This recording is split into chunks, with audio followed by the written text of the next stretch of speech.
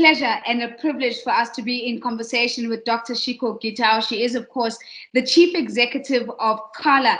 Now, this is a digital innovation company that catalyzes digital transformation capabilities for organizations across the African continent. Dr. Gitau, what a pleasure to have you with us. Welcome. Thank you so much, Nazipo. It's a pleasure to be here.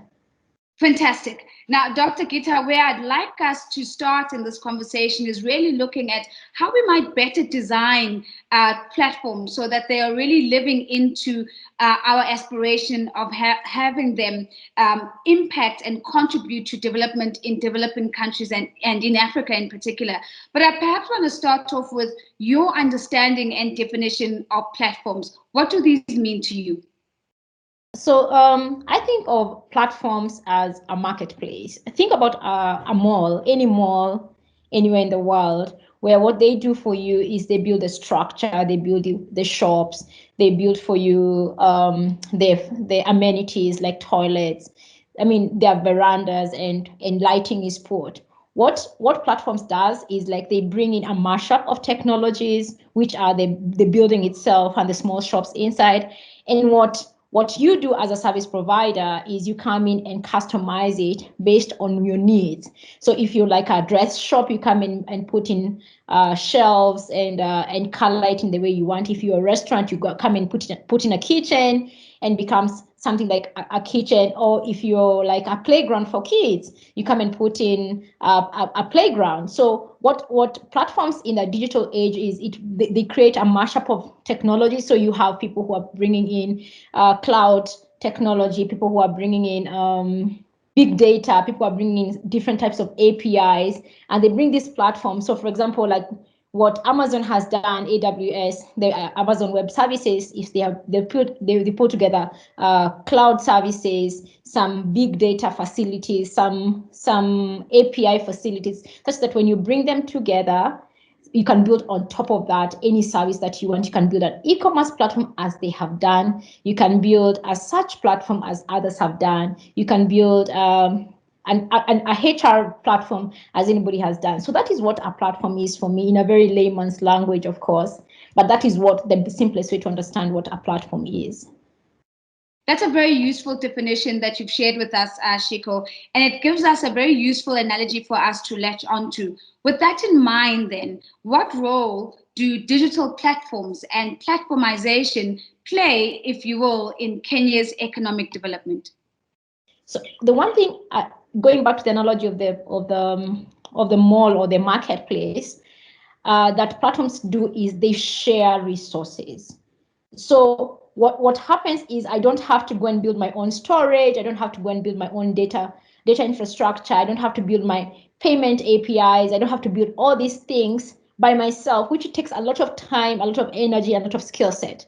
What they do is they provide these ready to use infrastructure, ready to use resources, ready to use skills that you just come and not necessarily plug and play, you just plug in your service and you're ready to go in a couple of months instead of a couple of years. So that is what platforms provide for us. And what that means is that in economic growth is anybody can come and build a service really, really fast. I mean, when I was starting off, it used to take months to build a website, like literally months to build a website. Now it takes even an hour is too much to build a website, because I can go onto WordPress and say, I want that template, I want these pictures, I want that payment functionality, and boom, I have an e-commerce site. And that's how easy it is to do a website right now, instead of having to build all these different components as yourself. And that applies to many other services that are built online. What that means is that we're catalyzing this sharing economy, this digital economy, in a way that young people are able to quickly monetize themselves and go online and become like productive human beings.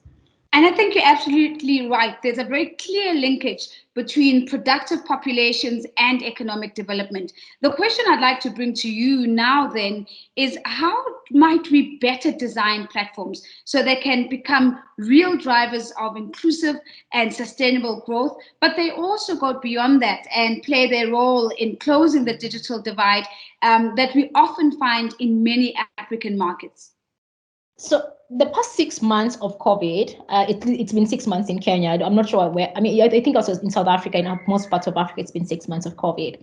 We have seen a huge change in how we approach life in general. And I'll take education and learning, for example. Yeah, everything from basic education, I have a kindergarten in my house, to executive education has moved online. Yeah. And as it moves online, we start seeing the gaps in knowledge in how we teach from our kindergarten kids to our executives, how we teach. And when you compare yourself to content that is being produced everywhere else, because now we're not being limited by geography in terms of content that we're getting, it means that you start seeing, okay, maybe there's a bit of bias out there about X, Y, Z. So for example, the most famous thing the past few months have been the map of the world. I don't know if you've seen this map of the world thing, where it says Africa, if you look at Africa in a normal map of the world, it's much, much smaller than Greenland. But actually it is maybe 4 times, 5 times bigger than Greenland.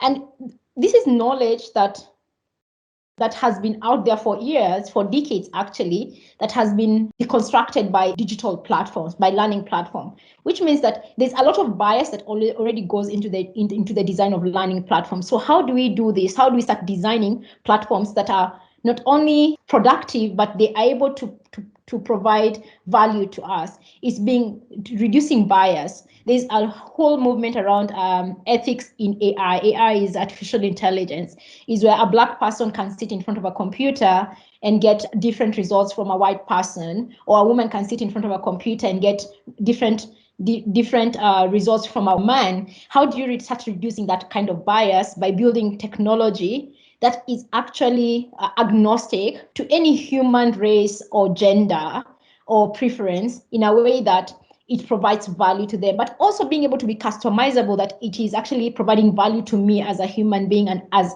a person. And that actually relates to every part of our lives, from education to health. So for example, there's some papers that have just come out in terms of like health in AI, AI in health, where automatic diagnostic for Black people in the US is usually very different from white people, and that means that their health results, of course, is going to be compromised. How do we start getting more people who are more aware about this, building this technology? And that's step number one. And it's something that I feel like it's been said over and over again. It's bringing people who understand context and